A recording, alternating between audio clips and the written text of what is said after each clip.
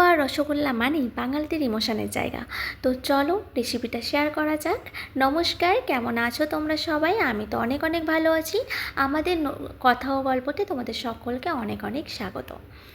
তো চলো ভিডিওটা দেখে নিই। প্রথমে ঘিটা গরম করে নিয়েছি, তার মধ্যে সুজিটা দিয়ে দিয়েছি। সুজিটা দেওয়ার পরে সুজিটা একটু লাল লাল হয়ে যাওয়ার পর আমি একদম অল্প পরিমাণেই করেছিলাম, তারপর একটু দুধ দিয়ে দিয়েছিলাম।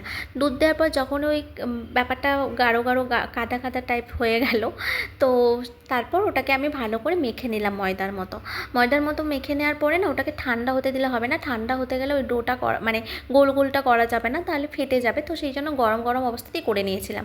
নেওয়ার পর সাদা তেলের মধ্যে একটা একটা করে ভেজে নিয়েছিলাম, মানে সবগুলো একসাথে ভেজে নিয়েছিলাম। আর একটু বেশি লাল করলে বেশি সুন্দর দেখতে লাগে, কিন্তু আমি যেহেতু প্রথমবার করছি ভয়ে ভয়ে করছিলাম, কি হবে না হবে, কতটা শক্ত হবে বুঝতে পারছিলাম না। তো যাই হোক, খুব ভালো হয়েছে, পুরো দোকানের মতো। হ্যাঁ, তবে দোকানের লালটা একটু বেশি, আমারটা কম হয়েছিল। তো এবার চিনির রসটা বানিয়ে নেব। গরম জলের মধ্যে চিনিটা দিয়ে দেবো, মেল্ট হয়ে যাওয়ার পর এলাচ আর ওই মিষ্টিগুলো একটা একটা করে দিয়ে ফুটিয়ে নেব। তো আমার মিষ্টি রেডি।